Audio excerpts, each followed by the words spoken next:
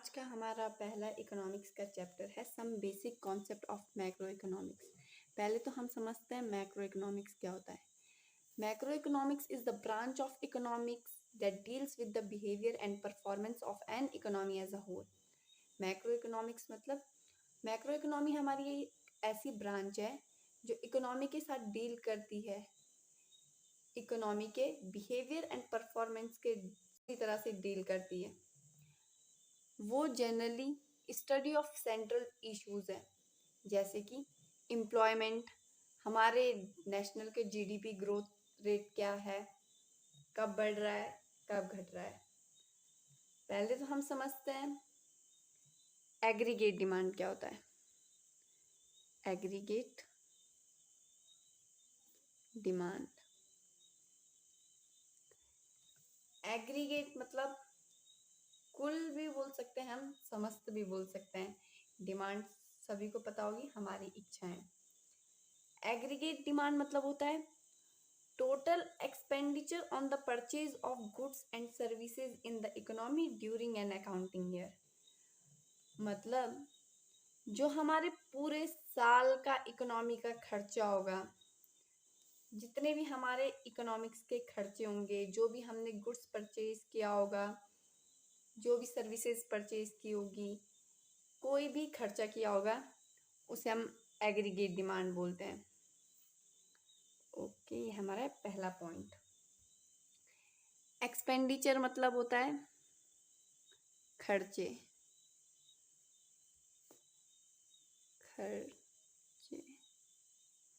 ठीक है। अब दूसरा है हमारा aggregate supply. Aggregate supply, aggregate supply मतलब होता है, सप्लाई तो सब समझते होंगे, ट्रांसपोर्ट मतलब एक कंट्री से दूसरी कंट्री में ट्रांसफ़र करना या एक स्टेट से दूसरे स्टेट में सप्लाई करना। तो एग्रीगेट सप्लाई का मतलब होता है total production on goods and services in the economy during an accounting year. मतलब जो भी पूरे ईयर में हमारी इकोनॉमी में प्रोडक्शन हुआ होगा गुड्स और सर्विसेज का, टोटल प्रोडक्शन। इसमें अकाउंटिंग ईयर बताया है। अकाउंटिंग ईयर मैं बता दूं आपको, अकाउंटिंग ईयर होता है, अकाउंटिंग ईयर होता है 1 अप्रैल टू 31 मार्च। ठीक है, 1 अप्रैल टू 31 मार्च। मतलब हमारे अकाउंटिंग ईयर 1 अप्रैल टू 31 मार्च है, तो वो पूरा एग्रीगेट डिमांड या एग्रीगेट सप्लाई इस पूरे का बता रहा है कि 1 अप्रैल से 31 मार्च तक हमारा कितना प्रोडक्शन हुआ गुड्स और सर्विसेज में पूरी इकोनॉमी में। ठीक है। तीसरा है एग्रीगेट कंजप्शन। थोड़ा तो आप टॉपिक्स हेडिंग से समझ रहे होंगे कि aggregate demand, aggregate supply, aggregate consumption. तो एग्रीगेट कंजप्शन होता है टोटल कंजप्शन, जितना भी हमने कंज्यूम किया है, जितना भी हमने लिया है, total consumption of goods and services in the economy during an accounting year. वो भी वही है, 1 अप्रैल टू 31 मार्च हमने इकोनॉमी से कितना कंजप्शन किया है गुड्स और सर्विसेज का। ठीक है, ये है एग्रीगेट कंजप्शन। चौथा है हमारा एग्रीगेट इन्वेस्टमेंट। एग्रीगेट इन्वेस्टमेंट, इसे भी आप समझ रहे होंगे, इन्वेस्टमेंट जो हमने लगाया होगा। Total investment of goods and services in the economy during an accounting year. मतलब पूरे साल में हमारी इकोनॉमी में कितना इन्वेस्टमेंट हुआ है गुड्स और सर्विसेज का, ये हुआ एग्रीगेट इन्वेस्टमेंट। देखो, एग्रीगेट डिमांड मतलब होता है जितना भी एक्सपेंडिचर हुआ होगा परचेज और गुड्स, जितना भी परचेज हुआ होगा गुड्स एंड सर्विसेज का इकोनॉमी के अंदर पूरे साल के अंदर। ठीक है। एग्रीगेट सप्लाई मतलब होता है जितना भी प्रोडक्शन हुआ होगा गुड्स और सर्विसेज का इकोनॉमी में एक साल के अंदर। एग्रीगेट कंजप्शन का मतलब होता है जितना भी कंज्यूम किया होगा हमने गुड्स और सर्विसेज इकोनॉमी में एक साल के अंदर। एग्रीगेट इन्वेस्टमेंट मतलब होता है टोटल इन्वेस्टमेंट, जितनी भी हमने इन्वेस्टमेंट की होगी गुड्स एंड सर्विसेज की इकोनॉमी में एक साल के अंदर। ठीक है, अब आता है टाइप्स ऑफ गुड्स। अब हम जानेंगे टाइप्स ऑफ गुड्स क्या होते हैं। 4 तरह के गुड्स होते हैं। पहला है कंज्यूमर गुड्स, दूसरा है कैपिटल गुड्स। हम सीरियल वाइज ही सारे टाइप्स पढ़ेंगे। तीसरा है फाइनल गुड्स, चौथा है इंटरमीडिएट गुड्स। तो अब हम समझते हैं टाइप्स ऑफ गुड्स। 4 टाइप्स के गुड्स होते हैं। कंज्यूमर गुड्स है पहला, दूसरा है कैपिटल गुड्स, तीसरा है फाइनल गुड्स, चौथा है इंटरमीडिएट। पहला समझते हैं कंज्यूमर गुड्स क्या होता है। ठीक है, यह है कंज्यूमर गुड्स।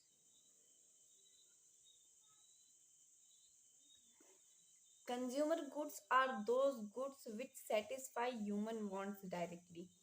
मतलब कंज्यूमर गुड ऐसे गुड्स हैं जो ह्यूमन वांट्स मतलब हमारी इच्छा को डायरेक्टली सेटिस्फाई करते हैं, हमें डायरेक्टली सेटिस्फेक्शन मिल जाता है। जैसे कि मैं बताती हूँ, एग्जाम्पल मैं दूँ तो ब्रेड, फ्रूट्स, ये हमें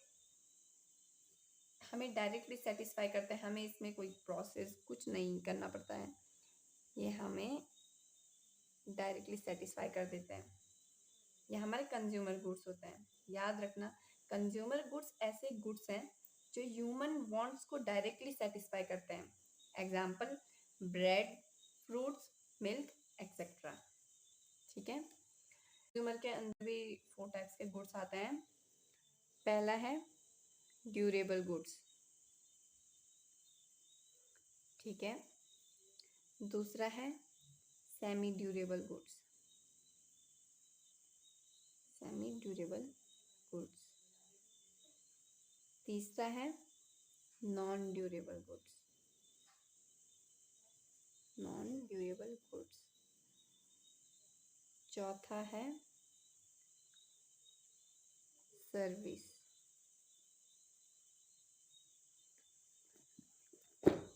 अब समझते हैं ड्यूरेबल गुड्स क्या होता है।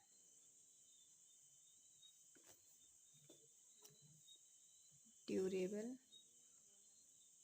Goods, durable goods are those goods which can be used for several years। मतलब ड्यूरेबल गुड्स ऐसे गुड्स हैं जिनको हम लगभग 7-8 साल यूज कर सकें। एग्जाम्पल देती हूँ, कार। कार हमारी 7 से 8 साल तो चल ही सकती है अगर माना जाए तो, या ज़्यादा से ज़्यादा 5-6 साल इतना तो चलती है।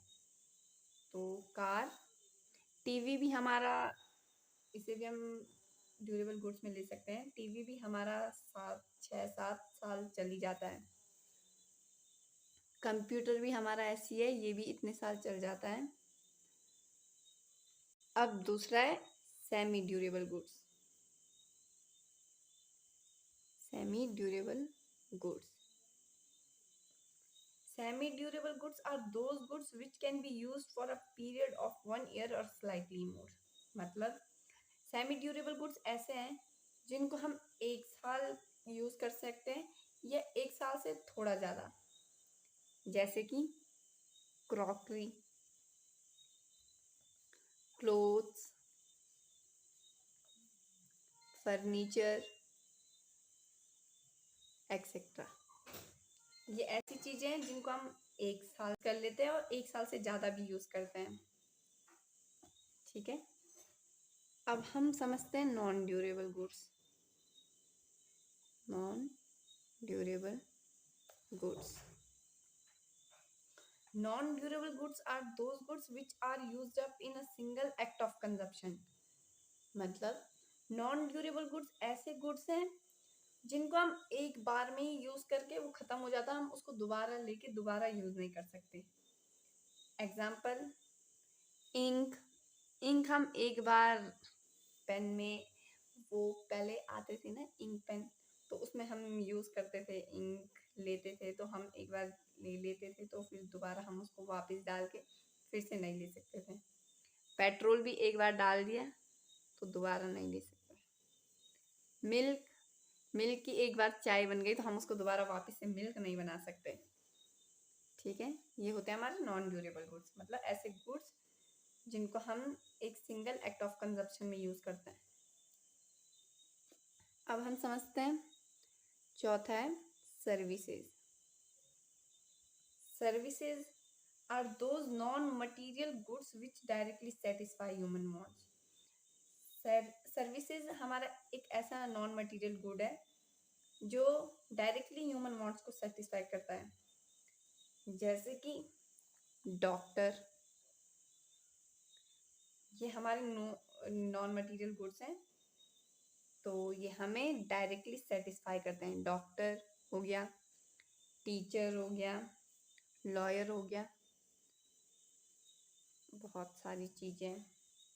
ठीक है, ये हमें डायरेक्टली सेटिस्फाई करते हैं। एक बार इसको रिवाइज करते हैं। एग्रीगेट डिमांड होता है हमारा total expenditure on the purchase of goods and services in the economy during an accounting year. Accounting year होता है हमारा 1 अप्रैल टू 31 मार्च।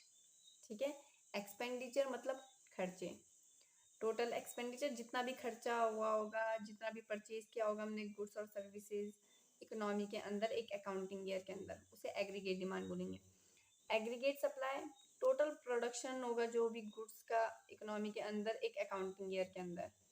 ठीक है, एग्रीगेट कंजप्शन, जितना भी कंजप्शन हुआ होगा गुड्स और सर्विसेज का इकोनॉमी में अकाउंटिंग ईयर के अंदर। एग्रीगेट इन्वेस्टमेंट, जितना भी इन्वेस्टमेंट किया होगा हमने गुड्स और सर्विसेज पे इकोनॉमी में एक अकाउंटिंग ईयर के अंदर। ठीक है, टाइप्स ऑफ गुड्स, 4 टाइप्स के गुड्स होता है। Consumer goods, capital goods, final goods, intermediate goods. Consumer goods ऐसे गुड्स हैं जो ह्यूमन वांट्स को डायरेक्टली सेटिस्फाई करते हैं, जैसे कि bread, fruits, milk etcetera. Consumer goods के अंदर भी 4 टाइप्स के गुड्स होते हैं। Durable goods, semi durable goods, non durable goods, services. Durable goods वो होते हैं जो कुछ सालों के लिए यूज होते हैं, 6 to 7 ईयर्स लेके चल लो। ठीक है, इसमें हम कार, टीवी, कंप्यूटर ऐसी चीज़ें यूज़ कर सकते हैं। सेमी ड्यूरेबल गुड्स ऐसे गुड्स हैं जिनको हम 1 साल या उनसे 1 साल से थोड़ा ज़्यादा यूज़ करते हैं, जैसे कि crockery, clothes, furniture. Non durable goods ऐसे गुड्स हैं जो एक सिंगल एक्ट ऑफ कंजप्शन में यूज़ होते हैं, जैसे कि ink, petrol, milk etcetera. Services ऐसा नॉन मटीरियल गुड्स है जो डायरेक्टली ह्यूमन वांट्स को सेटिस्फाई करता है, जैसे कि डॉक्टर, टीचर, लॉयर एक्सेट्रा।